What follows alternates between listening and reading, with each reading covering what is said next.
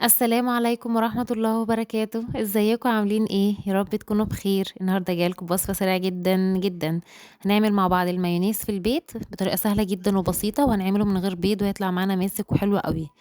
الأول لو مش مشتركين اوعوا تنسوا تشتركوا، ولو الفيديو عجبكم متنسوش تعملوا لي لايك وكومنت حلو. المكونات بتاعتنا كوباية إلا ربع لبن ساقع جدًا في التلاجة، كانوا جايبينه من التلاجة يكون ساقع جدًا، وهنحط عليه نص معلقة ملح وربع معلقة سكر و3 معالق خل صغيرين. أو معلقة ونص كبيرة من الخل، وهنحط عليهم مثلث جبنة. كل المكونات دي تكون ساقعة لازم، شرط نجاح المايونيز معانا أهم حاجة إن يكون الزيت كوباية الزيت محطوطة في التلاجة مسقعينها في التلاجة، اللبن يكون لبن ساقع جدًا مثلج، اللي هو نطلعهم من التلاجة نشتغل بيهم على طول. كوباية الزيت تاني بأكد لازم تكون محطوطة في التلاجة قبل ما نشتغل بيها، لازم الزيت يكون ساقع. مهم جدًا الخطوة دي، وبتخلّي المايونيز يربط معانا بسرعة.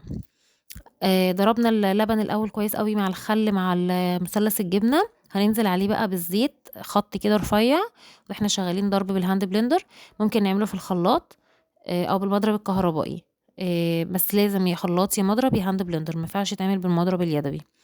ونفضل نضرب كده نضرب بالهاند بلندر لحد أول ما نلاقي القوام تقل، كده خلاص هو اتعمل معانا.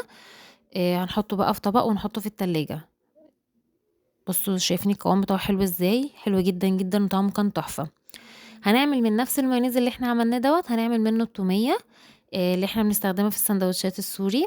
هناخد 3-4 معالق من المايونيز، وهنحط عليهم عصير نص ليمونة، وهنحط عليهم معلقة الا ربع كده او نص معلقة توم مفروم، وهنخلطهم مع بعض كويس قوي. يبقى دينا كده عملنا تومية كمان. ايه رأيكم بقى؟ لو عجبكم متنسوش تعملوا لايك والاشتراك في القناة، وجربوه ايه رأيكم فيه ايه. وبالهنا والشفا.